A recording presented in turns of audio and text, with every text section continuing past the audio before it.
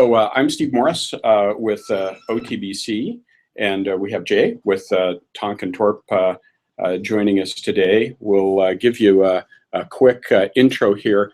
First of all, to OTBC, if you haven't heard of the Oregon Technology Business Center, we're a nonprofit incubator for technology startups, which means we have office space, we do mentoring, we do a lot of workshops like this and networking opportunities. Founded by the city of Beaverton, but we're a separate nonprofit. And we were found by the Oregon Founders Study to be the best mentoring program in the state, which was a nice bit of PR for us. So that's a quick intro to OTBC and Jay. So Tonkin Torp is a firm based here in Portland, and we have big and small clients, but I work very closely with our entrepreneurial services group that specializes working with brand new companies and taking them through the life cycle all the way through a sale and hopefully an IPO or a sale, and also represent investors. All right, so let's start right at the beginning. Why an assessment checklist in the first place? And we see actually a number of reasons why an assessment is helpful. First of all, especially for the first-time entrepreneur, there's just so much you have to think about. And one question always is, gosh, what should we do first? The checklist is roughly chronology based, and it really does help you figure out which things you should be doing early versus a little bit later. It also helps uncover important steps that you may have missed. Even if you're an experienced entrepreneur, it can be really handy to do an assessment once in a while. Helps you understand how close you are to investor ready. That's part of what's built into this, and can provide a helpful template actually for mentors working with startups too. Because it helps a mentor to get reminded of all the different steps that need to be covered. And last but not least, this is a different audience, but due diligence for investors is another thing that the list is helpful for. It's a pretty good start actually on a due diligence list for an investor. So that's the why. I might let Katie know it's a little loud in here. A quick overview of the checklist. First of all, as I mentioned, it is chronology based, so roughly, although there's a lot of overlap between different steps.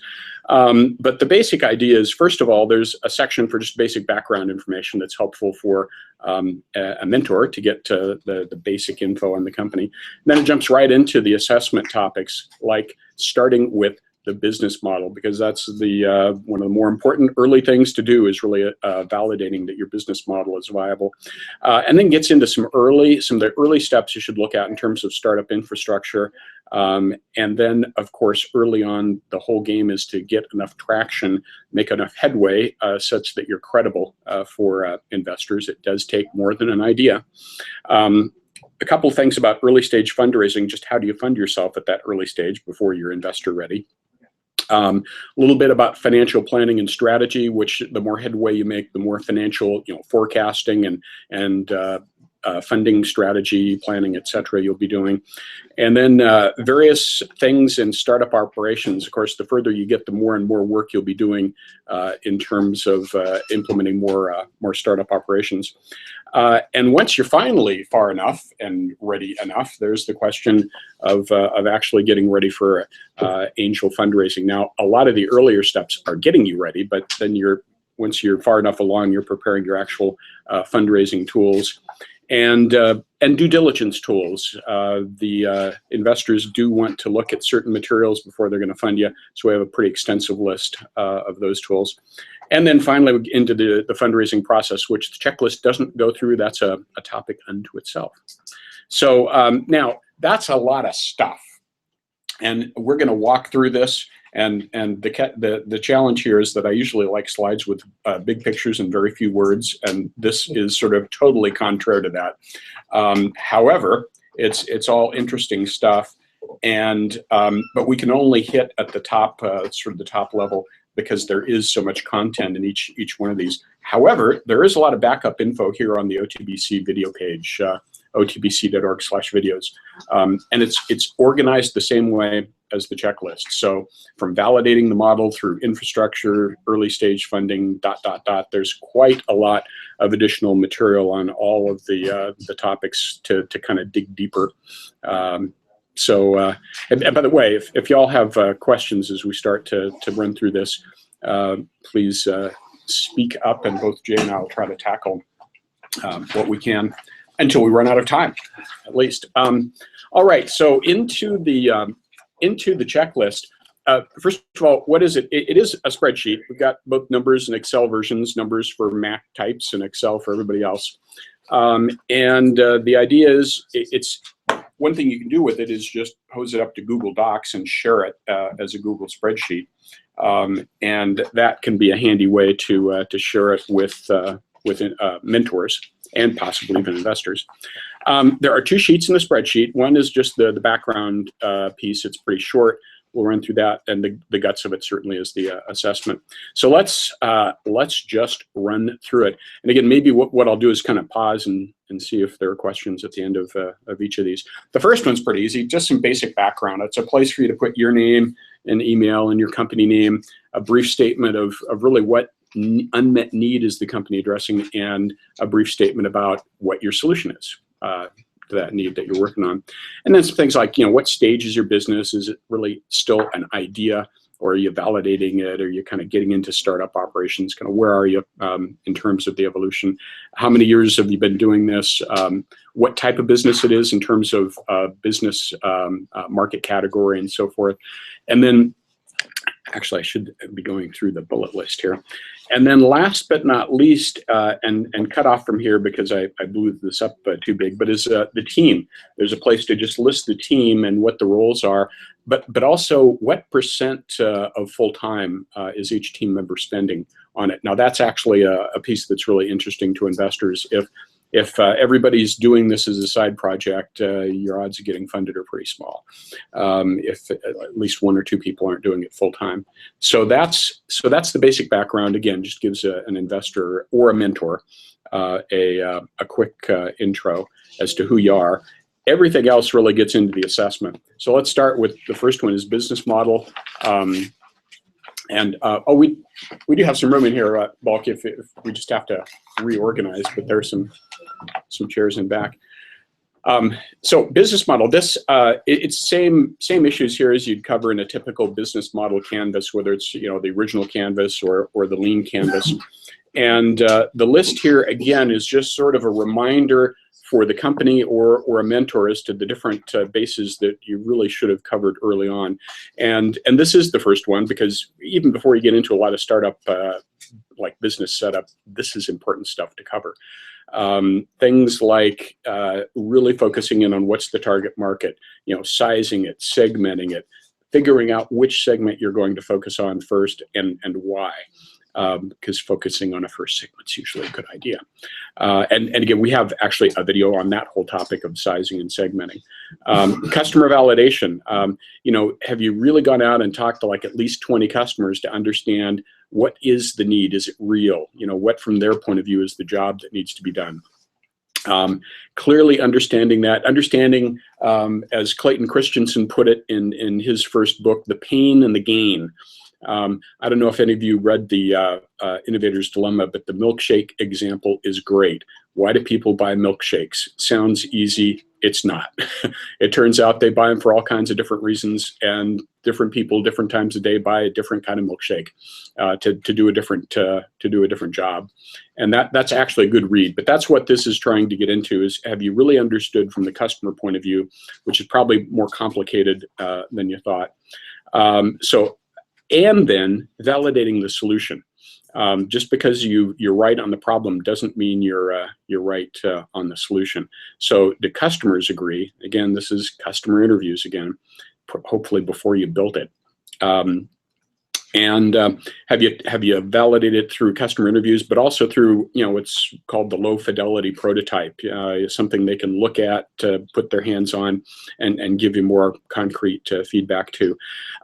Another thing that smart mentors and smart investors look for is to ask, and what did you learn when you did that? Did you actually change anything? If you didn't, well, you really have to wonder how much validation you did, because people are rarely right the first time. And then is a minimum viable product identified, and really all the non-essential features, i.e. the feature creep, removed, but at the same time enough, right? So again, these are all discussion topics with a mentor or questions to ask yourself. Have you really done all those things? By the way, for those of you here, you guys have to eat and drink all this, or we will. So All right. dig in. This is the advantage of being here in person, competition is another one. Obviously, it's important to have profiled and understood the competition. Really understanding how your positioning and strategy is different from the competition is pretty critical. And then pricing. Again, the underlying question here is there a real business? Will customers pay for this? How much will they pay? That's a value pricing exercise. We have a video on that, figuring out what people pay. What are the competition's charging? Obviously, another thing you have to look at. And how much does it cost to actually deliver the product or service? Clearly, they're the big thing in pricing. So those are some of the critical things that determine if you have a business model. And then little questions like, are there barriers to entry? And what are you doing to actually build those? What's the technology risk look like? Can you really make this? And what have you done to prove that to yourself? Is there a disruptive innovation model here? The reason, and that's not everybody would put that on an assessment list, but I do, because there's actually some research that says that your odds of success as a startup are significantly better if you're doing something disruptive. And we have a video on that. Some interesting research done by Thomas Thurston out of Intel Capital, who now has his own research consulting firm doing this kind of work. Basically, if you're not doing something disruptive, meaning probably a low cost or an ease of use innovation, your odds of success aren't as good. Disruption is a good thing for a startup. But a lot of people don't understand disruption, so it's a good thing to check out. And then finally, regulatory and legal risk, depending on what your business is. Everything from medical stuff, where it can be huge, but hey, even a lot of online services have a lot of liability risk, which is where your attorney can help too. Such as Bitcoin. Such as, yes, all kinds of things there. So that's, again, I would say, time and time again, having not validated the business model before developing a product or service is the most common mistake that we see entrepreneurs make, which is why it's the first segment on the checklist. So any burning questions there, or should we march on to infrastructure? We'll march on. March on. Tally-ho. Okay, yeah. It wasn't a question as much as you were talking about pricing. When you're evaluating that also, I think that the other levels or segmentation of pricing includes wholesale, retail pricing, and then also if you break it into distributors, which is the in-between. So I tend to find a lot of entrepreneurs get caught off guard when you start being asked about what is this pricing. So if you're going to study pricing, I'm assuming that you need to also include that. Yep. I hear you say that. Yeah, no, fair enough. And I drew the line somewhere, right? But no, you're absolutely right. That clearly it's a question of what the customer will pay and what you get are often two very different things. Oh, and because you can have, oh boy, especially if you're in the food beverage business, what is it typically? You might have a broker that takes a cut to help you find the distributor that takes a cut to help you get into stores that takes a cut. And there's not a lot of cut left. So yeah, it's important to understand how all that works too. Absolutely agree.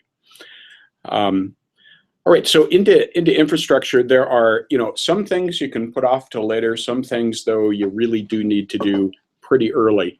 One of the things that gets left off too late, I think, in a lot of cases, is just getting a legal entity set up.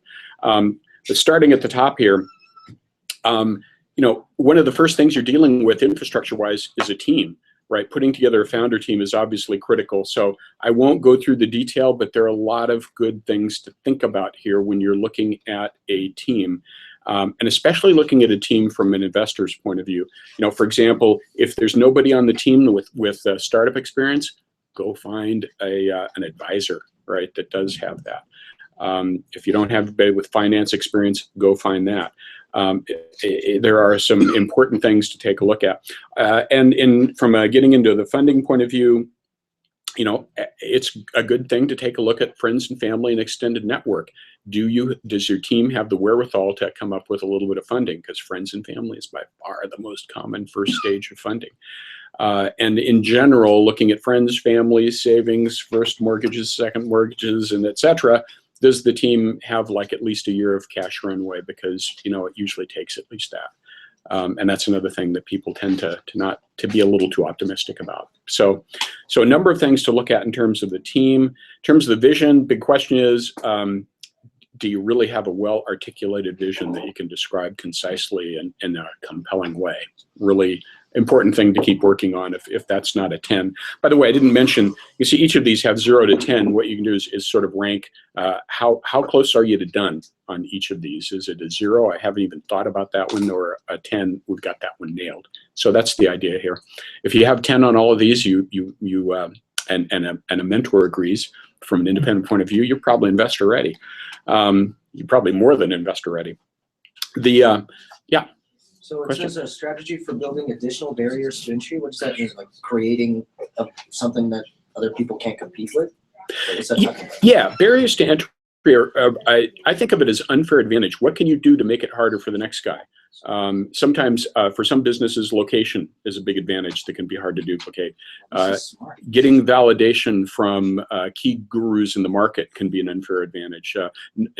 Tying up a key customer can be an unfair advantage, or putting together a critical partnership that then the bad guys can't have. That can be a barrier to entry. Yeah, you can. Barriers to entry aren't things that are handed to you on a silver platter. They're things you go build. Mm-hmm. And that's a good thing to do.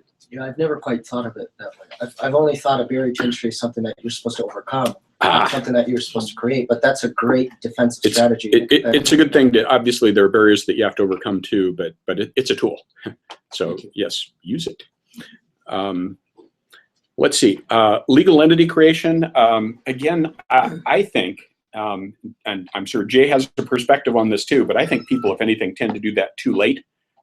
Because it gives you a place to put your IP. It gives you a thing that you have to talk about ownership of. So doing it earlier than later, I think it's probably a good idea. Yeah, I agree. I mean, any of the Portland firms can help you with this, but some are more experienced than others. But creating your entity is a fairly easy process. The hard part comes with, if you have more than one founder, how much stock is issued to each founder, and then something that future investors will look at is to make sure that there are some restrictions on that founder stock, and so that it's like a reverse vesting, and so that if you leave the company, then the company can buy it back, because you don't want someone that is disgruntled with what happened to the company to maintain a huge ownership percentage in the stock. But I agree, it's something that I think a lot of startups end up doing too late because they think it costs too much money. And then what ends up happening is your IP is kind of just floating out there, or you had a co-founder and you guys ended up having some type of rift, and then they walk away with half your know-how and IP or business plan or something, and then you end up still launching, and it creates lots of problems. And so it's better to try to attack the issue first, and then you have kind of a solid base to work from. And that's why those are the things that are early on in the checklist here. This is the early infrastructure.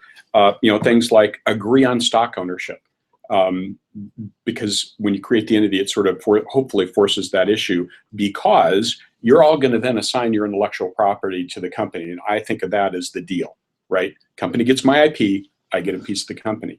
And I have absolutely seen multiple companies killed because they didn't do that, because they got later in the game and they all had IP, which they all owned because the company didn't, because it didn't do the contract. And they started talking with investors. They couldn't agree on ownership, which is a lot easier to do earlier. When you have nothing. And when you have nothing, right? I'll take 30% of nothing and give you 30%. How's that, right? That's an easier negotiation. So anyway, that's why these things are on here. Yeah, as Jay said, figure that out. buyback agreements, it's on the list. That's why, when somebody leaves or you ask them to leave, you need to be able to get that stock or at least most of it back. Right. You need to, as much as you can, avoid weird stuff. That's the complexities and oddities. And, for a legal definition of that, talk to your attorney. Right. It should be fairly simple to start with, especially if you only have 1 or 2 founders. One question that always comes up is legal entity and where you should, what kind of legal entity and where you should create that legal entity, what state. I mean, at that early stage in the game, it doesn't make too much of a difference if you do it in Oregon or in Delaware or another state. Delaware is preferred by a lot of investors just because there's so much history on corporate law in Delaware, and a lot of investors like it just because it seems to be more fair. In regards to LLC versus a C Corp or an S Corp, it really depends on what you want to do with your company in the long run. I mean, if you want to just maintain it as a closely held company, you're not interested in finding venture financing, fine, do an S Corp or do a LLC. But my personal preference is always to do a C Corp. And it just creates more potential issues if you start with an LLC, need to convert it later, and then you have to deal with all these other investors. It's kind of a lot of things to deal with at once when you need to convert. Whereas just start with a C Corp, the difference in taxes is not that much. And my non-lawyer CEO perspective is exactly the same. It's like, do a C Corp, do it once. But the worst thing is, honestly, to spend much time even thinking about it. Just put a legal entity in place. I don't care what it is. It's not the biggest strategic decision you're going to make by far. And way too much angst gets spent on that. Other early stage things. In terms of the team, it's never too early to start building a board of advisors and working on corporate culture. If you don't work on corporate culture, it happens randomly, and you don't want that to happen. You'll have to think about, this isn't right at the beginning, but eventually a stock option strategy. You'll have to think, do you have the right team to meet your first set of milestones? There's usually holes. You kind of need to know what those are and really focus your team building. If you don't have marketing experience in the market, get it in your advisory team. Again, you can run down these other team issues. Protecting your IP, again, another really important reason to have that legal entity in place is that's the entity that gets the intellectual property assigned to it. And pretty early on, you need to be thinking about and speaking to the right attorney about the patent strategy, trade secret strategy, trademarks, copyrights, really important things. I have been in a situation of being right at the go-to-market point and have somebody else, this little company called Schlumberger, beat us to the trademark office, and we had to change the name of the company. This is not fun and not cheap. So no, these every company has intellectual property to protect. So like your name, if nothing else. So really good stuff to understand. And then the basic finances, early on, get a checking account, get a credit card. Any banker will tell you, get a credit card for the company, start developing a credit rating, keep your finances separate, make loans. I mean, early on, the money's coming from the founders. Fine, document the fact that you're putting the money in and stick it in the checking account for the company and start record keeping. We'll get into that more bigger in due diligence, and if you don't start getting organized, you'll be in such pain when you go through due diligence. It's not fun. So those are all things that really, I'd say the one thing on this list I should probably bump later is maybe worrying about stock option stuff. Everything else, this is like really early stuff. When you bring on people, for sure. Yeah. I think one thing just want to highlight is on this list, we have board of advisors and you know what your goals are. I think one thing that a lot of founders avoid or just seem to forget to think about is that they are not everything to everyone, and that they can't do everything to make a successful startup. And so surrounding yourself with people that have know-how is really important, and that you can't get that too early. And so identifying what your holes are is a really good thing, so that you, even when you know you can't afford to hire that person now, when you do get that money, that's one of the first things you can do. So if you're not a marketing guru and marketing is a huge aspect of your business, then when you get that funding, you can tell the investors, I'm going to get a marketing person because I know that that's what I'm weak in, and this is what I need to do to grow the company. So you kind of have a story to go along with it. It's one thing investors always look for, at least smart ones, is they know you're going to have holes, and they really get worried if you have obvious holes and you don't know it. If you know it and you have a plan to do something about it, that's much better.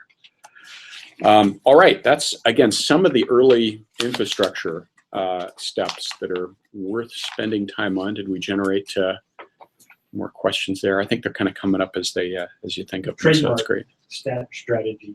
Is that pretty easy to tackle at this point? Yeah, challenge with IP is its whole topic unto itself, but right. So I mean, in the legal world, patent issues are typically handled by patent attorneys that just handle patents, and then trademarks and copyrights are handled, by more like soft IP specialists. So to get a patent on whatever technology you have or whatever product you have, it often comes down to the cost-benefit analysis and whether that patent protection will really give you the protection that you're looking for. In regards to trademark and copyright, again, it really depends on what you're trying to protect and what your business model is. But a trademark, registering a trademark, it's not very difficult, and it's better to do it earlier than later because, like Steve was saying, if you end up using your name and you think that no one else is using it, but you haven't done the due diligence to see if there are any trademarks out there that are registered using that same name, then you've started a business, you've used the name, and then you have to change it.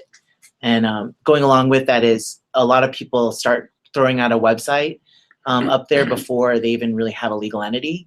And so they end up coming up with some domain name, and then they say, oh, this is what my business is going to be. And so they kind of go hand in hand. You should search domain names, who owns it, and then also searching your trademark or whatever business name you're going to use.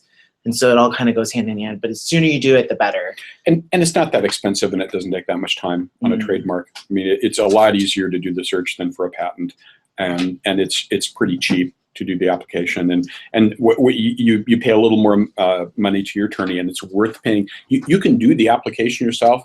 You really need an attorney when somebody challenges it, which they probably will, unless you're really lucky. And that can get to more money, but it's worth it. And the cost is low, but if you typically startups start smaller and then they expand, and then you have to continue doing searches in whatever other countries you go into. So assuming you don't want to do a worldwide search, it should not cost that much to do a search just in the US. Is it done at both the state level and the Right. federal level? Well, right. You do it can. you can, and if you're primarily going to be working out of Oregon, and you can do a search in Oregon, and then you do the federal level, and then if there are other states that you're really interested in, you could do that as well. But the federal level is probably where it's the most important. Sometimes for a local business, that's where you look at people doing the I think that's fair to say, the state trademark. If you're just doing a store that's local, you don't really care about national.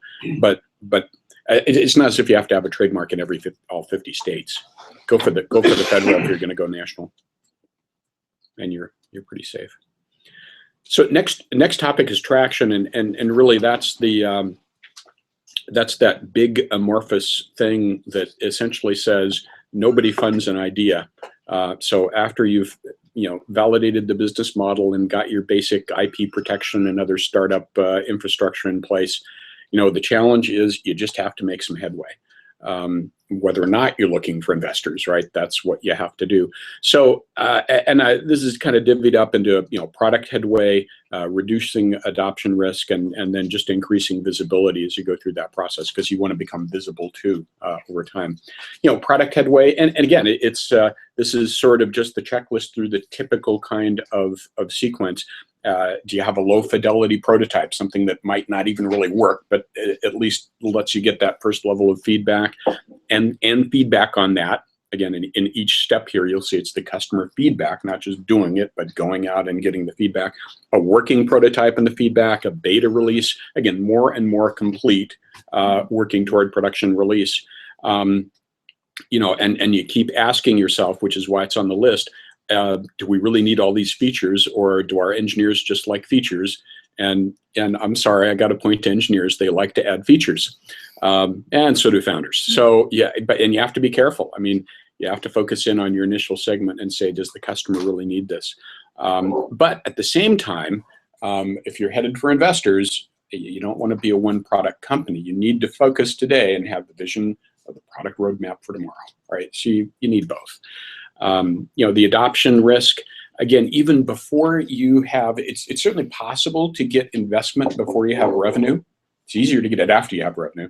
But even before you have revenue, it's a matter of reducing adoption risk. Do you have letters of intent, strong customer testimonials, purchase orders in hand? The further you are down the process, the more it reduces the risk, the easier it is to raise money. And as you're making traction, making headway, you want to, in a sensible way, start to become visible. You don't want to have a huge rollout before you have anything to talk about, but you'd like people to start to hear your name, to become familiar with your brand. So there are things. First of all, is just doing that branding work. It really is worthwhile. Early on, you're unfunded, you have no revenue, you can't spend a lot of money. Twist the arm of a marketing person, get a little help. Think about your brand, think about what your brand promise is, make sure your logo and everything else reflects that. And start to do things like public relations. PR is pretty inexpensive. Doing an occasional press release when there's news, social media strategies. Each time you hit a main milestone, it's okay to go brag about it and get the appropriate level of visibility.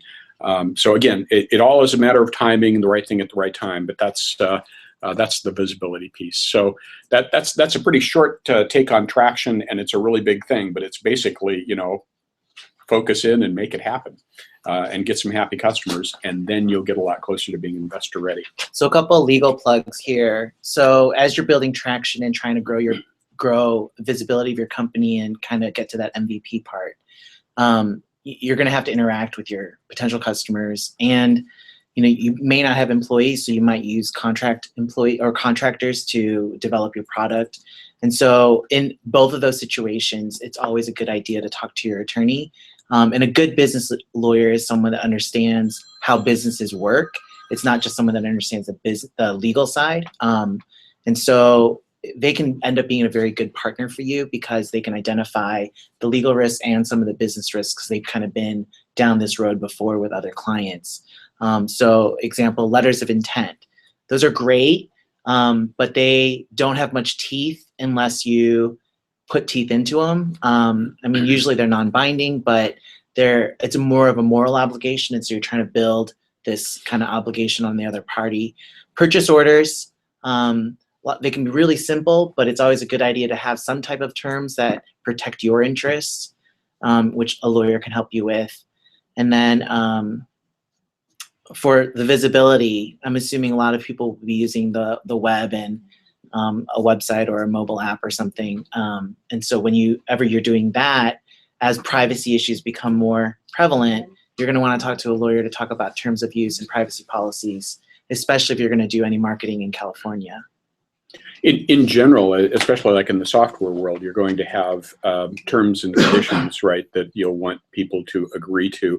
And that's another area right early on in prototype and beta stage that you'll want to get some legal help. Having the right terms and conditions is a good idea. Again, liability protection and privacy policies, et cetera. All right, so that's traction. Now, part of what you're doing here is getting investor ready. How the heck do you get funded or how do you fund that when you're not investor ready? And we do have, actually, we've got a whole video on sources of funding for early stage companies pre-investor. There are some things, though, just from a checklist point of view that are good to make sure companies thought about, and this is some of them. One is grant opportunities. The most common grant opportunities for the companies we work with in the tech world are SBIR, STTR. It's a Small Business Innovation Research and Small Business Tech Transfer Research. Federal programs, everybody in the federal government that does research has to put part of their money, research money, into these programs. If you're doing something tech and you don't know about these, check out, we have actually a video just on SBIR. The crowdfunding can be an approach that'll work. There's the non-equity, of course, and then the coming equity. You know, we have lots of interesting local success stories here, like the most recent being the Cooler, who was here for the OTBC Startup 411 back in February, and we said, you know, if you're going to fund this, it's going to be crowdfunding, and by gosh, we were right. That was, I think, 13 million, if I remember right. A lot of money.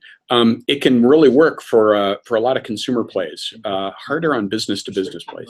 What did he need? He asked to hit 50,000, right? Oh, Yeah, it was something a fraction tiny. of what he actually raised. Yeah. No, it was quite a difference. So crowdfunding, we'll see more and more coming up here on the equity-based crowdfunding. There's a law about to go into effect in January that will let, within Oregon, you start to do that with non-accredited investors, and it's not there yet, so we can't even really talk about the details yet, but you'll hear a lot more about that. Clearly, and the Jobs Act is finally going to come out with its final bit of regs someday to do the federal version of that same thing, to allow for equity crowdfunding with non-accredited investors. You can already do equity crowdfunding with accredited investors, and there's certainly websites out there doing that. With any and all of that, including any variety of friends and family fundraising, you know, it really is important to talk to an attorney, and I'm an entrepreneur that likes to talk to an attorney as little as possible because it costs money. But this is one area where you don't want to skimp. When you're taking somebody's money, make sure you do it the right way.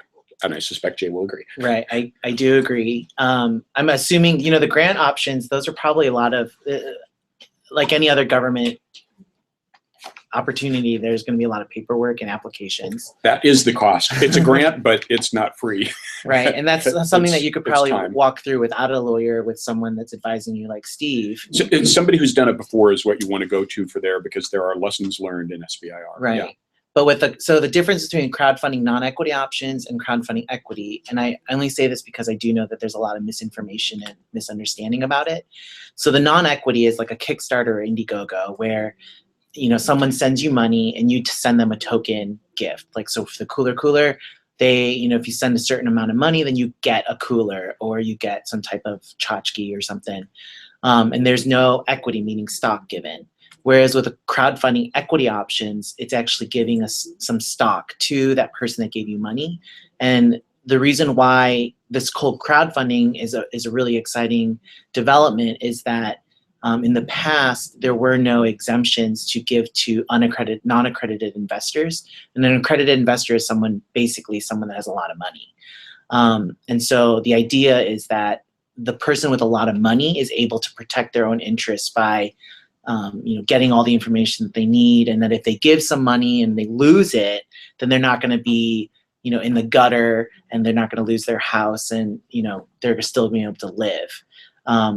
So the crowdfunding exemption here in Oregon, it's only with Oregon residents and Oregon issuers, because it's an exemption under federal law that allows you to do that. And the federal issuing stock outside of Oregon is not, there's no exemption for a crowdfunding option yet. But like Steve said, hopefully they'll come up with something. There are 2-3 other states that have done the same thing Oregon is doing. Right. Only, like Washington, I think, only within that state. Right. So yeah, you have to be careful. Is that non-par value stock in that particular instance?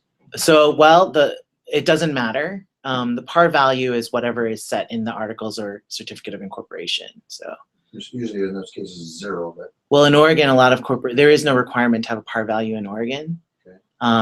In Delaware, there's no real requirement, but most companies have a really, really small par value. Par value doesn't really mean much anymore these days. It's kind of a antiquated idea that still lingers around in corporate law. But I mean, if you have par value, you want to make sure that whatever is paid for that stock is equal to at least the par value. But sometimes the old ways are the best ways. You diffuse the value of the shares so there's less litigation. I'm like him though. I mean, I don't want to give my attorneys too much information because they make too much money off of it. So the no par value thing actually may be old school, but it's good school. I actually disagree with it. It's a different discussion there, but we better move on because Yeah. we're short on time. Yeah. Quick question about grants, right? Why do technology companies don't go after grants? Is that awareness or something else? Is there a stigma, like, if I take a grant? Well, I think probably it's more awareness. I mean, as Jay said, it takes time, Mhm. right? And not everybody has the time or was willing to spend the time. One thing that does scare people off, which is another actually legal thing I wanted to mention, is in an SBIR, it will state that the government has the right to use your intellectual property, and that freaks people out. And I don't know of a single case that the government ever has done that. You know, there may be one, but I mean, it's, you know, they don't know what to do with your IP. They don't want your IP. It says that because it has to, but, you know, they want you to take your thing to market. What was the company when OTBC was down on Hall? They were downstairs, Sonovate. Sonovate. Yeah, they got a grant, right? Oh, they got a whole series. They're pros at it. I think they're up at least probably to $5 million of grant funding It can happen. from the Army. Mhm. They're early adopter customers, U.S. Army Special Forces, miniaturized ultrasound probe. So, yeah, no, I think it's mainly lack of awareness. Because the neat thing about SBIR is it's one of the very few sources of funding that will actually pay for R&D. Angels tend to shy away from that, VCs for sure, but the SBIR will pay for a feasibility study. I mean, they pay for really early stuff. So I would say, speaking as an engineer, the paperwork conversion is probably pretty high with a lot of the technology people. It's true. yeah, You'd And- rather be building something or talking to customers than. and the fear of working with the government and the unknown and all that. But if you're doing something that a part of the government is interested in, and keep in mind the government's interested in a lot of stuff. I mean, everything from health to war to energy to, you know, ... a lot of stuff. It's a good thing to look into because it's grant money. Do you have resources of grant writers? I mean, there's some people actually know more about it than I do. Trust me. Yeah. People that professionally do that in academia as well as that. Yeah, I don't. If anybody's interested, there are folks I know in different areas that do that. One resource for the clean tech area is Oregon Best. You know, they're kind of coming up to speed on that. In fact, we're going to be working with them sometime in Q1 to have an SBIR STTR workshop of some sort here. So Before passing the funding stage there on crowdfunding, SEC, which is a federal agency that has regulations, and the State Securities Division, Mhm. did I understand correctly that it sounded like you think that the state is ahead of the feds on crowdfunding in Oregon? For equity, the federal government has proposed regulations, and they just haven't finalized them. I think they're still under review for comment. The Oregon state exemption, they have proposed rules, and then they said that they intend on having those rules come into effect January 1st. now it is the federal regs that created that exemption. Right. I mean, that was in the Jobs Act. So who's ahead? I don't know. I mean, the feds created the Right. opportunity, and then but Oregon is apparently going to have their state regs to the market. I don't know how long they've been working on the next phase regs for the Jobs Act. It's been a long time. The SEC is still looking at it. Gotcha. It's been a Thank long you. time. But it's not an answer to everyone. I mean, it's not going to be a solution to everything. And even, you know, we'll see as we see more history on this. It's like sometimes case law helps. Well, in this case, some history is going to help. There are a lot of investors that actually get nervous about traditional crowdfunding. When you look at non-accredited investors, if I'm an angel that has any kind of sense of concern, I'm going to be more worried that you have all these non-accredited investors. Oh, great, they're going to cause trouble. I mean, that's a concern. So there are issues. It ain't just free money. Gotcha. Thank you. All right, that's so early stage fundraising, and again, we have videos on really all of the above. And we will have a presentation about the whole crowdfunding exemption once it comes into effect. So that's in January. So look for that in January. Got to wait till it's not actually a moving a law. target, because it's could still change. All right, so now while you're going through this whole process, obviously you're doing more and more in the way of the finance area. and that gets into a number of planning and strategy things. Planning, again, one thing to look at from assessment, if you don't have an experienced finance advisor that knows about startups, right, especially investor-funded startups, and preferably has some experience with your kind of startup, then go get one as an advisor. It's actually not that hard to do. There are a number of really good contract CFOs in the Portland market that have a lot of experience in a broad set of companies. So you often can, without spending little or no money, get somebody to help you out, and then who can start spending more time when you get closer to money. Getting a revenue model, first of all, right, as part of the business model, figuring out how you are going to make money, and again, test it with customers, make sure it works through your distribution channel, as has been pointed out already, that you can really make enough money. And then, of course, again, really understanding the cost structure. Have you talked to a CFO that knows your kind of business? Have you done a reality check? Have you looked at similar businesses? Again, there are ways to go do this so you don't get totally surprised.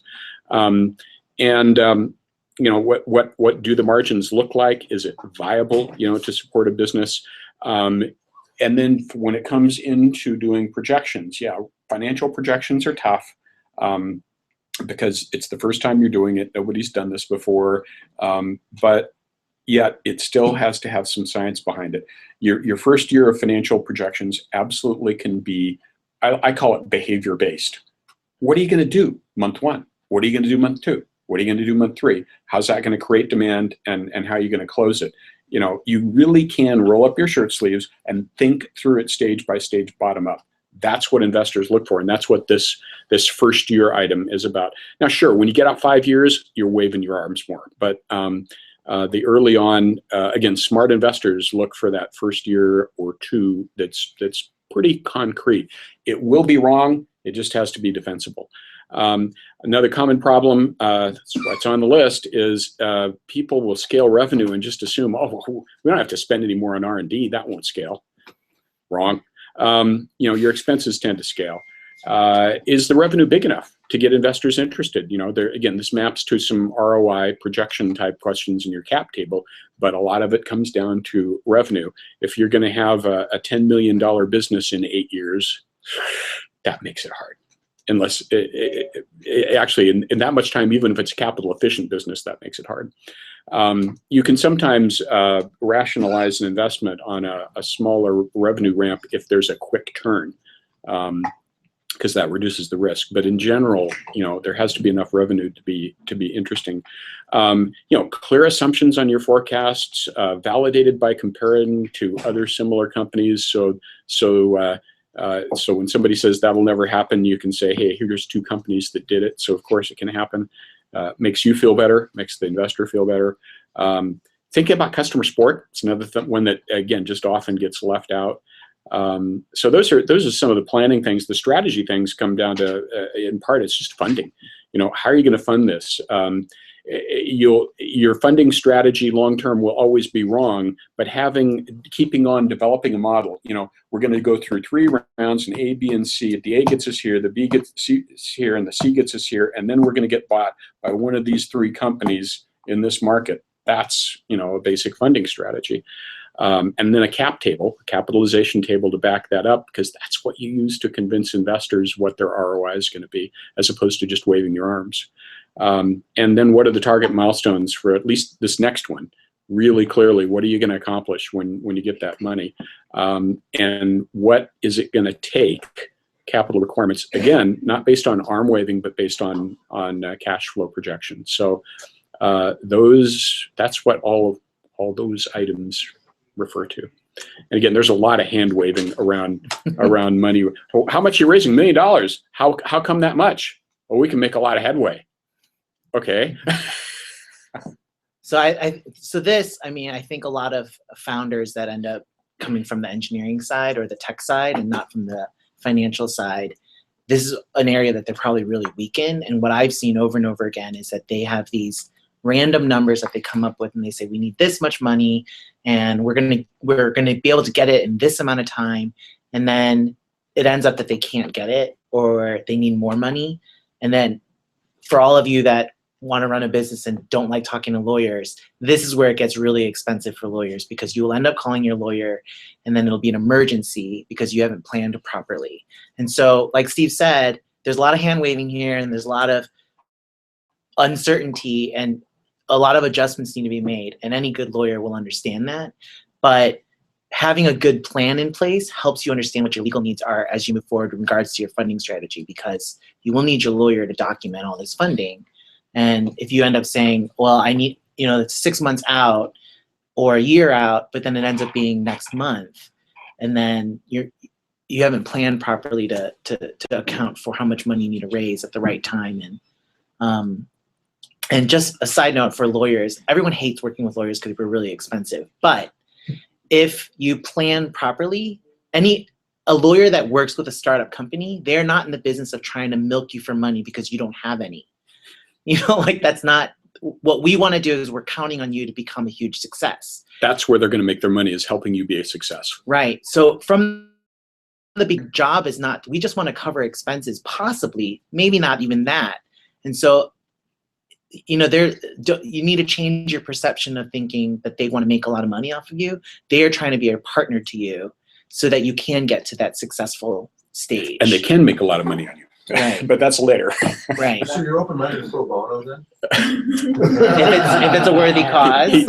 He did talk about trying to cover cost. One comment, I've done a lot of coaching on engineers that big companies and small companies who are actually more averse to the finance than they are talking to lawyers, right? Because many of them have talked to lawyers in the terms of patents and intellectual property. And I think the engineers will tend to think, I don't know anything about finances, so how can you expect me to do something that incredible?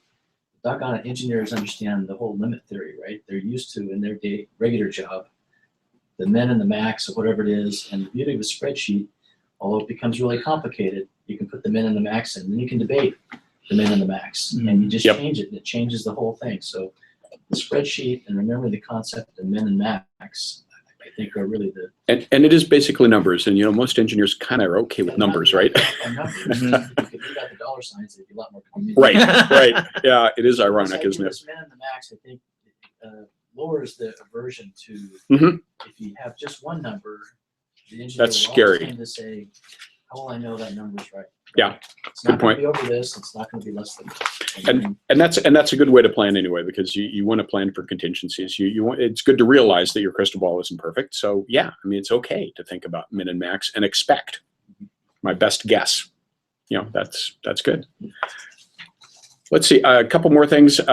Exit strategy is really part of your financing strategy because it's an important dollar for consideration for your advisors.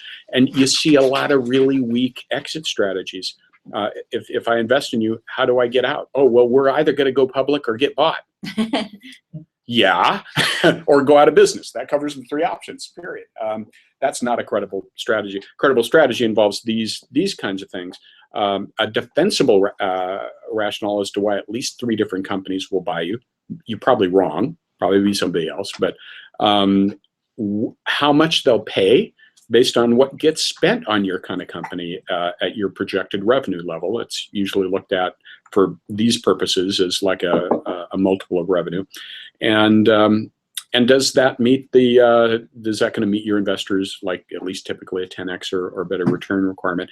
And here's a cap table showing, after a couple of rounds and we get bought for X month, here's why you're going to get that 10x return. These are the kinds of tools that if you actually take the time to put them in place, do the analysis, look at comparable companies, your credibility rises so much because most people don't do that. And investors kind of appreciate the work, and they know you're wrong, but at least if it makes sense, they can see a path, right? That, gosh, this could be good. And then risk. You get into the whole question of capital efficiency. If you're a software as a service business, boy, that's great. You're probably really capital efficient. If you actually have to build hardware, well, you're going to have to work harder to find people who actually will fund that. But there are. You just have to look harder for them. Does the team have fundraising experience? That always reduces risk. If you don't, again, go find advisors who do. You know, investors will want to know, do you have contacts? Are you going to be able to help in the next round? Because you're always thinking the next round. It doesn't make sense for me to fund you in the current round if I don't think you're going to be able to close in the next round. So again, and the other risk thing is, again, an investor will often think, okay, if I write you that $50,000 check, but you don't collect enough of those to hit your 500K, you're going to fail because you didn't raise enough money. I don't want to write a check unless I'm really confident you're going to hit your target and have a chance of being successful. Well, again, you walk into the negotiation with tools in mind to help deal with that risk, and one of those tools is like an escrow option that you've already talked through with your attorney. So you kind of walk in looking like you have your act together because you thought about those contingencies. So a lot of things you can do to be proactive. You know, figure out the exit strategy, figure out ways to reduce the risk from the investor's point of view. And I think that's about it on financial planning and strategy. Now, through this next one is kind of a long list, because through all this process, you're putting more and more infrastructure into place, and some of these things are kind of important. You know, obviously a go-to-market plan. You know, all of these things, by the way, we're adding up to getting investor ready, right? Getting traction, getting customer references, getting prototype feedback, getting those purchase orders, getting a credible exit strategy in place. These are all part of getting investor ready. Having a go-to-market plan that's credible is a big part of that too. And doing the right homework to make sure that that's credible. Having a marketing strategy, social media, advertising, PR, et cetera, et cetera. Selling, as opposed to marketing is the other piece of it. Having a credible selling strategy in place. Meaning that you probably have some kind of a customer relationship management system as you start to track sales. I guess one big point to bring out here is I think it's really important early on for the lead salespeople to be the founders, because that's the shortest communication path to learning. You really don't want early on to get, we don't like talking to customers because we're engineers, so we're going to go hire a sales guy. Big mistake. And there are a lot of good salespeople out there, but you're gonna make headway faster if you figure out what you screwed up, because you will have screwed up some stuff, and you'll find out when you talk to customers. And you learn how to sell so that you can actually train that first salesperson. You don't expect them to figure it out. They can't fix it. You can. So I think it's key for founders to be the first salespeople. And once you figure it out, then you bring in somebody and say, here's what works. Once you have a repeatable process, an international strategy, ... So again, these are pretty important. Again, those are more of the marketing and selling parts of operations.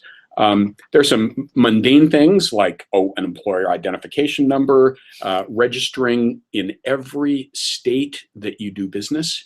This gets screwed up a fair amount, and you can be in for a nasty tax bill if you go selling in states, like California is a nasty one, as I recall, without having the right registration. Just having a sales office somewhere and you don't have any sales yet, you better be registered. So again, that's a good thing to talk to your attorney about too. That's also something to talk to an accountant about. So because the tax rules and the legal rules all kind of intermesh.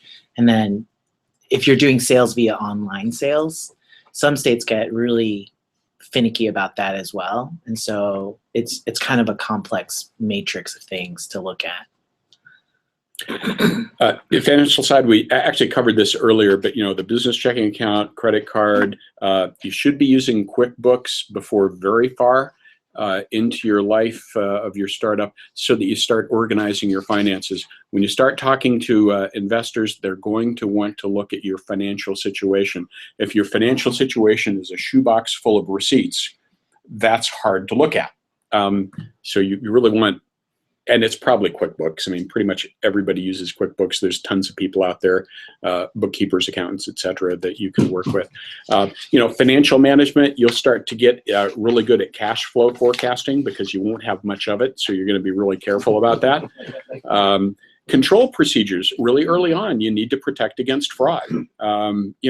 Starting with your founders and moving beyond that. As soon as you can, you need to be in a position where it takes more than one person to write any significant check. It's just, life in a startup. You'll get good at collection processes because, again, there won't be much collection, so you'll want to get it all. Procedures, record keeping, again, for due diligence especially, as due diligence is sort of the positive reason for good record keeping. You'll need to organize everything. Again, we'll get into the list. Operation and controls, it's going to be important to get into metrics. I think we have a video on that too, this idea that you need to start measuring sales because that's the only way you can optimize it. Sales is a matter of understanding how the process works from like suspect to prospect to qualified to probable to closed, and then you're working on optimizing the transition probability between each one. That's what sales is all about from a sales management point of view. And if you don't measure it, you can't manage that. You can't optimize it. Procurement processes, there's, if you build a thing, wow, one of the fairly early hires that's worth gold is somebody that knows how to work with suppliers and get good deals and get free samples, especially if you build stuff. Believe me, free samples are wonderful. Operating procedures, again, depending on your business, these are things you'll need people to start thinking about. And again, risks keep changing through your evolution. So continuing to think about risks and deal with those. As you get into employee land, then you have a whole, which is to say you actually have a little bit of money so you can start hiring people, a whole new world of hurt. Then you have to start worrying about HR. There's so many ways to get into trouble. You need to get non-disclosures, intellectual property assignments, maybe non-competes. You have to retain resumes. There are legal requirements for that. You want I-9s to make sure they can legally work in the country, background checks, ...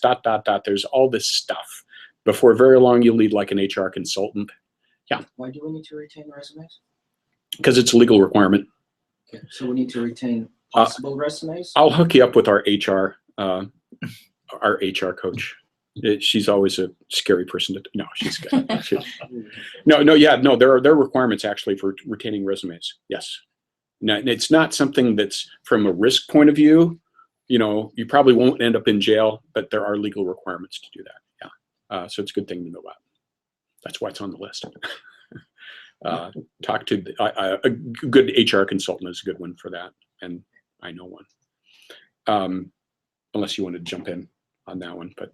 No, I agree. I mean, a good HR lawyer is also an issue here. I mean, because avoiding the need for a good HR lawyer is good too. Right. But because you can get into trouble here too easily. Clear guidelines on what makes a contractor versus employee. That's actually where I thought you were going earlier. That's another one where you can get in trouble. Oh, right. Because if they look a whole lot like an employee and you're calling them a contractor to not pay any benefits, right, you can get thumped. The whole tax issues and. Oh yeah, that's the other thing. Actually, I should somehow that got dropped off the list. The easiest way to go to jail is to not pay employee taxes. This is one thing that you. That's to me the best reason for using a service like ADP or any kind of service, because then that just happens and you're not liable. Partnering, again, any kind of partnering that you do, you'll want well documented, and from a due diligence point of view, easy access to all that. And just again, as a checklist, there could be sales, distribution partnerships, R&D, marketing, obviously all kinds of potential partnerships. Regulatory process, again, huge area. Simply put, do you have your approvals or not? And if you don't, is there a plan in place? Do you even know what your required approvals are?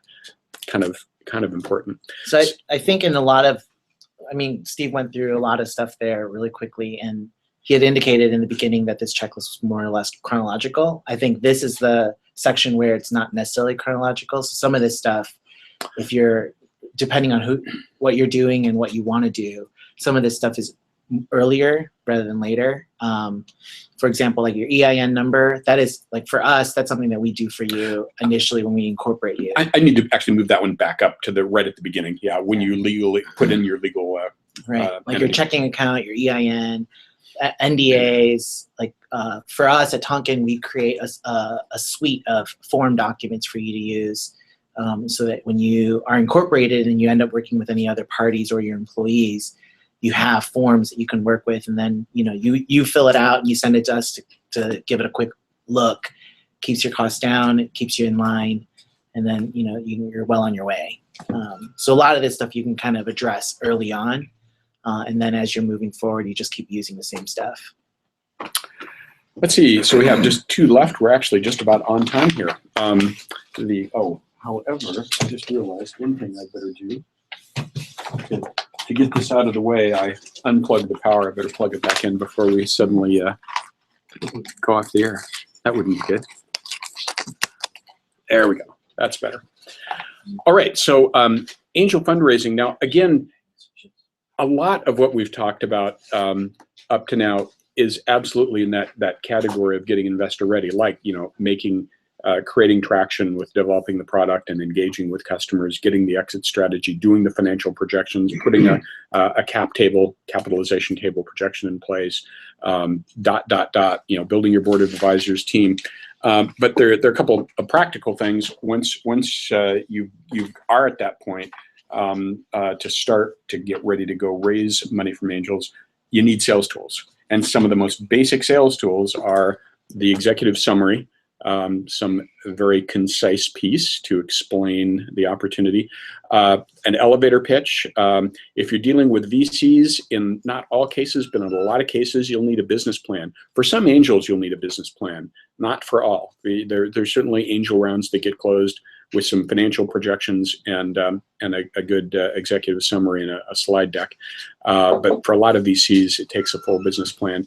With most angels, it's at least an exec summary and some detailed financials are usually the minimum entry point. And customer references. Those are at least some of the key things, plus all the due diligence stuff. We'll get into that next. And then there's the process. Fundraising is a sales process. Like any sales process, you want to start with actually focusing in on qualifying the customer and don't waste time selling to people that can't buy. Don't waste time pitching investors who don't have any money right now, like VCs who are at the end of their fund. Don't waste time pitching people who invest in sports apparel when you're doing clean tech. That probably won't work. Don't pitch late stage investors when you're in early stage round. And there's all kinds of ways to be smart. Build the funnel then. Once you've really focused in on what you're looking for, you're building a funnel. That's pretty easy to do with VCs because they're all on the web now. It's pretty easy to find them. It's a lot harder to do with angels. It's easy to find angel groups. It takes a lot of networking and a lot of work to find individual angels. That's where actually an incubator can help. That's where your lawyer can help too, because the lawyers work with all kinds of investors. So you use your network and build your funnel. And then again, you'll talk to a ton of people, whether it's an angel round or a VC round before you close any significant round. So you really do need a CRM, a customer relationship management process, some way, even if it's an Excel spreadsheet. Tracking discussions with 50 or 60 or 70 people is non-trivial and not letting stuff fall through the cracks. So treat it like a sales process and manage it. So again, just a bunch of reminders for all those things. So the legal aspect of this is you should probably talk to your lawyer in regards to who can be an investor and who should be an investor. So they're talked about the non-accredited and accredited investors and what the pros and cons are of raising funds from either of them. And then the other thing you would want to consider are how you present to raise money.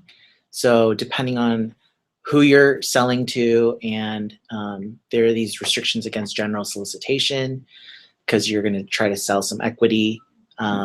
So in Portland especially, they have a lot of like pitch clubs and stuff, and some of those really toe the line of being a general solicitation because there's a whole bunch of non-accredited investors in those crowds, and it's kind of maybe breaking the law, maybe not, I'm not sure, but it's pretty close. And a general, so correct me if I screw this up, but the Jobs Act did kind of change the metric here. If you do a general solicitation these days, which is to say you publicly say, hey, I'm looking for money, then you can do that. But there's certain filings you have to do proactively. And if you don't, you can get your hand slapped. And you can still only take money from accredited investors. Right. And if you screw up, then the first time it's a slap on the wrist. The second time you can be prevented from raising money for like a year. So the downside can be pretty severe. And that's the other good one is if you do a public, if you do the public solicitation, if you don't do a public, if you just go talk directly to accredited folk, you can let them self-certify that they're accredited. They can just, the way it used to be, they just sign a doc that says, yes, I'm accredited, and here's my check. Great, I did my job as the entrepreneur, don't have to do anything else. If you do a public solicitation, it ain't good enough. Somebody else has to certify. This is an additional hoop. Additional hoops are bad. It's called friction between you and the money, right? A third party has to certify that they are accredited. Third party being like a lawyer, a stockbroker, a financial advisor, somebody else. Somebody that's been SEC trained, basically. Yeah, and that's bad because the majority investors out there today probably don't have that, and so it's just another thing. And it's going to cost you more money to do. Yeah, you'd rather not go there. So to me, that's actually one of the biggest reasons to not go there if you can avoid it, because it's hard enough to extract money. You don't need another barrier. So anyway, my bias. Is a pitch to an angel group considered a general solicitation, or can we assume that the angels in general are accredited? Never assume. Right. It's not if they say that they're all accredited, and it depends. I mean, if you're gonna go pitch to Angel Oregon and everyone in that room is all an angel and they're all accredited investors, then it's a little different than if you went to just like a pitch club and like at a bar or something. What's the evidence of accreditation? Proof of funds? Well, I mean, if they were actually going to invest, they would have to sign that they're an accredited investor, like Steve said. And there's a whole form that is given to the accredited investors. But for just the pitch, I think from a practical point of view, if you're pitching to an angel group that has reasonable process of making sure that their members are accredited, then you're probably okay pitching to them. You'll still have to have them self-certify before you take their money. But I think in terms of it not being a public solicitation, and I think it's probably a gray line, but if they have reasonable process of verifying that they're members, if it's a requirement and they have to sign a document and whatever. A good practice would be starting the presentation by saying, I'm assuming everyone here is an accredited investor. Yeah, there's the door, right? If you're not, So if you're just talking to individuals. If you're talking to individuals that you already know, or that you have been introduced to, or that you have some type of connection with, it's not really a problem. But it's an organized, pitching to an organized group. You have to be a little more careful. I mean, traditional areas of general solicitation would be like sending out a pamphlet and sending it to broad distribution. A press release. Right, or something like that. Or if you're just standing in a room and you don't know everyone in the room, you might know one person. And you're just saying, hey, buy, I'm looking to raise $1 million and you can buy by giving me $10,000 or something. A Facebook post, we're raising $500,000. Send me an email if you'd like to join us, right? That's you can like, also just say, if you're interested, talk to my counsel Jay here. Right. I mean, there are ways to be safer. We're not saying that you can't go do a pitch, because that defeats the whole purpose of going to a pitch club and whatever. But you don't want to be on the line, or even near the line of becoming a general solicitation. Yeah, because the downside is fairly heavy. Okay, that it brings us to the last category, and this one I am going to blast through, because really the purpose here is just to give you a feel. This is more of a VC due diligence list. Most angels wouldn't require all of this. Yeah, a lot of VCs would require all or virtually all of this before you get a check. And it happens over time. It's usually a multi-month process, so it's not as if it all gets sent at once. But your typical VC round requires virtually all of this. But again, an angel round, since it's so much relationship based, I mean, nobody's going to write you a check until they really get to know you. That takes months. Well, guess what? Over months, especially if they have a due diligence list, they think of all this stuff, and you may well get asked for it. So this is sort of roughly organized. There are, of course, all your corporate documents, and in general, all your contracts. I mean, anything significant is something that a VC is going to have some associate go through, or some attorney. And again, you can run through the list. There's a lot of stuff there, including anything having to do with founders, etc. Anything about the team, everything from your org chart to resumes, bonus agreements, any kind of compensation agreements, employee agreements, benefits. How richly are you paying these people? Director and officer indemnifications are going to want to know about insurance. You will have D&O insurance once you get VC investors, because they'll be on the board and they'll want it. Ownership information, all classes of stock, any document involving any kind of stock transaction. Or any promise to give stock. Or any promise, anything, registration rights, any kind of like placement memoranda offerings, etc. Certainly anything that got filed with the SEC.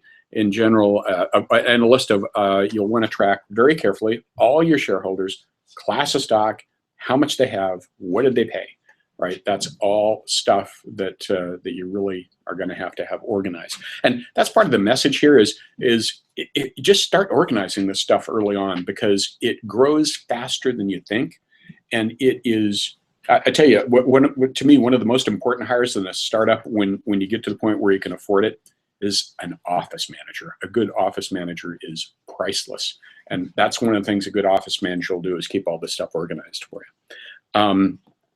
Financial information. Boy, I mean, certainly any financial statements you've done in the past, your current year quarterlies, changes in accounting practices that have fundamentally changed how you count numbers. That's important. All your accounts. Aging reports. Hey, that's great. You have all these POs, but you never collect any of them, right? That's something investors want to look at. And again, you can look down the list. There's a lot. Anything having to do with debt, for sure.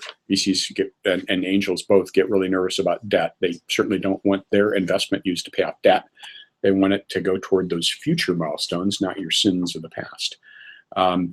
Anything, of course, relating to your IP, you sure better have all those IP assignment agreements in place. Any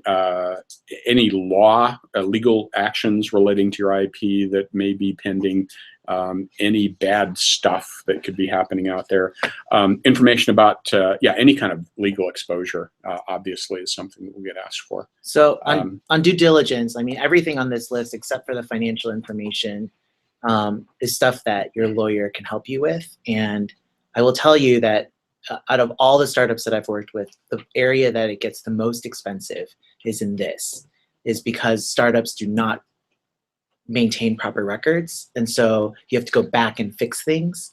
And sometimes fixing things are really hard. And so just an anecdote, did $1 billion deal last year for a really large tech company that bought a smaller company that was a startup.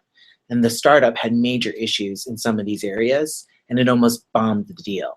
And it's because they didn't have good records. So they said, oh, well, we did do this, but it was 3 years ago, and we don't know where it is. And so there's this long delay of getting things fixed and going back, and that costs extra money.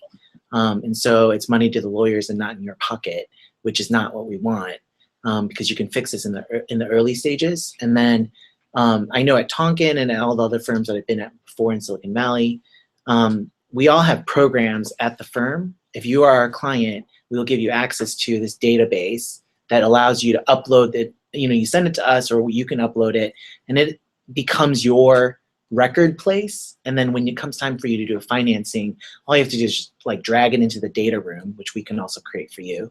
And your investors can access things really easily. And so it's much better to have better communication with your lawyer and your accountant, and to constantly keep them updated, because in the long run, it'll end up costing you less. And markets the firm much Right. better. Right? Yeah. Looking organized is good. Right. Again, it increases confidence. that, and that's another important factor. Because this does take time, and if through this process confidence goes down, it doesn't help you close. It does not help. Right. Investors have walked away because this is such a mess sometimes. Just a couple more things. I'll send a checklist, the spreadsheet out to everybody. If anybody who sees this online and wants one, just send me an email and I'll get it out to y'all. And if you're not on our newsletter list, of course, it's easy to get on that to find out about our upcoming stuff, like the one on equity-based crowdfunding we'll be doing. And obviously, if you need an incubator, love to stay out, love to talk to you. And don't forget about the videos library, because there is a lot more detail under all of these categories available there. And we're, gosh, at 5:27. We came pretty close on that. Any other burning questions here in the room that we can? You mentioned the lean startup model canvas. I've heard, among other people, Steve Blank down in the Valley, who's a big promoter of the whole lean startup thing.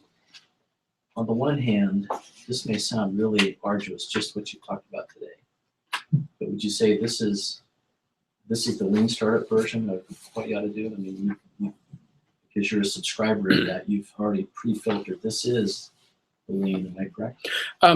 Yeah, and the lean especially refers to that front end stuff. It really refers to that idea of first of all, validating the market, the business model in general before you do much, and then combining that with an agile approach to actually developing the product and getting it out there, to get feedback. I think that's Steve Blank is famous for saying, in the Valley, he seems to have gone through this metamorphosis where he's, for those that don't know, I think he's taken 6 companies out of his 8 public or had big M&A kind of transactions, but he's looking back on it late in his career thinking, man, it's just a miracle all this company succeeded. But he had some good failures too. Yeah, but he says, the original model was you looked at a startup company, it was just like a really, really small version of a really big company. And that's not the lean startup model. And so this feels more like the new model, the new lean startup, where you concentrate on the customers first, really understand what they need, build what they need, figure out how you can make money at it. If you can't, do something else. I think that was Blank's insight, was that he realized that people back in the day were doing startups the way they learned how to do big companies in biz school. It's like, what do? You sit down and write a business plan. And when you're at a big company, you already know your market, you know a lot. And when you're doing a startup, that I think that's my simplistic model of that. You don't know a lot. Actually, you have many more unknowns than knowns. And so, yeah, it takes a different process, and that's what led Blank to, and a lot of those ideas come straight from him. Indeed. Any other questions we can One tackle? going for you. This says, how do the investors take the no compete, all the clauses to keep them from taking your product from you? How do you go into a whole room of hard investors and say, hey, non-disclosure, no compete, y'all need to sign these? Because theoretically, they could apply themselves if you don't do that. Well, as a lawyer, what's your feeling on that? Well, venture capital investors do not want to run the business. And so they're not going to take your stuff and go run away. I mean, it would steer any other company that they might want to invest in away from them, because it ruins their reputation. Yep. But they're also not in the business of running companies, and so they're not going to take your IP or your knowledge or your confidential information and use it for somewhere else. So theoretically, without the documents, they could, though, correct? I guess they could, but Yeah, it's against their interest. It very, very rarely happens. It's not their business. And yeah, they'd get a bad reputation really quick. They'd never do another deal. And that's really what protects you more than anything else. If they don't treat your information confidentially, the word's getting out, and they're screwed. But So an agreement between a company and a potential investor typically wouldn't have a non-compete. It would just be a non-disclosure, it'd be confidentiality. Unless you get to certain levels where you have other wholesalers and people, I guess, working with you, then the prospect There's a lot of companies that, as you said, want to buy your company. Well, in that particular case, you would want to, before discussions start, you want to know compete, know nothing on that particular case too. So not just an angel investor, but companies that want to invest in you. I would assume that you still want to do that. I'm serious. Right. I mean, if It's a great way if you're potentially going to have some investment from a competitor or a customer or a supplier, then you might want to put in a non-compete, because if they could help them with their like upstream or downstream process, if they went to someone else and took your idea or your information and used it against you. But if you're talking about just a typical angel investor, if you're talking about a VC, it's not typical. Well, and a strategic investor, right? A company that you either, where are they going to invest in you? They're going to invest in you either because you help them with some business process of theirs, or they want to keep an eye on you and maybe buy you. Mm-hmm. Well, the latter is not a bad thing. That's like an exit strategy. And the former can be a really good thing too if you're plugging, and actually it's another reason to get bought if you're plugging a hole that they need. So yeah, there are some real upsides in those kind of strategic investors too. And you typically, non-compete is one thing, but you certainly don't want to bar them from buying you because that's an exit. Right. We didn't do our background on an investor in the summertime, and he turned around and gave us a deal that was not profitable for us. He said, "Or I'll make my own company and do it." He has his own company. He's doing it. He's ripping his hair out. His girlfriend left him. So one thing I gotta tell you for sure is, if they're doing due diligence on you, you gotta do due diligence on them. If they have a Exactly. reputation Yes. for 10 years of being a venture capitalist, you bet they won't run your business. Well, here's a poor example. We watched Shark Tank, which is a bad example of this, but they'll simply go, "I'm worth $1 billion. I'll just start your company. What are you going to do about it? I'll just do my own." They do that just to see what you're going to say. That's show value. Not only companies Yeah. for 40 years, you guys. And so I actually have to say, I'd say probably the angel funding. Yeah, you're probably correct. But I would say anybody else, buyer beware. I would always have full disclosure, non-compete. I have seen angel people rip people off on a low level too, you guys. With good attorneys. Well, do due diligence. Hey, honestly, you guys. Do due diligence, yeah, because there are some people you don't want to take money from, right? Right. No matter how desperate you are. So do your own due diligence. I absolutely agree. I mean, if it's someone, like an angel is, there's no defined term for what an angel is. It's usually just someone that has enough money to throw around to someone. And so if they call themselves an angel, but they don't have a track record, you really need to do your diligence on them. But if they have a track record of being an angel, truly an angel, and that's kind of what they do, then, like having a non-compete, that might be offensive to them because that's why I was kind of asking. That right. Some people you kind of. But if it's someone that you never have heard of and no one else has heard of, better safe than sorry. Right. Do some due diligence. Yeah. So Check it I'm out. curious, are you gonna hire that guy's girlfriend? Start dating her or something? Or, Add insult to injury. yeah. Well, with that, it's after 5:30, so we should probably wrap up this piece of it online at least. And but hey, there's still more to drink and eat here, so don't everybody feel like you got to run off. But with that, I think thank whoever we may have now or in the future listening online, and I think we can call it a wrap for today. So thank you, Jay. thank you. And until next time, sometime in Q1, we'll be back with one on the at least the Oregon Crowdfunding. Yep. crowdfunding. All right. Well, thank you. Thank you. Yeah, thanks. Thanks, guys. Another fine job, Steve. It'd be fun you if we could. Stop bragging.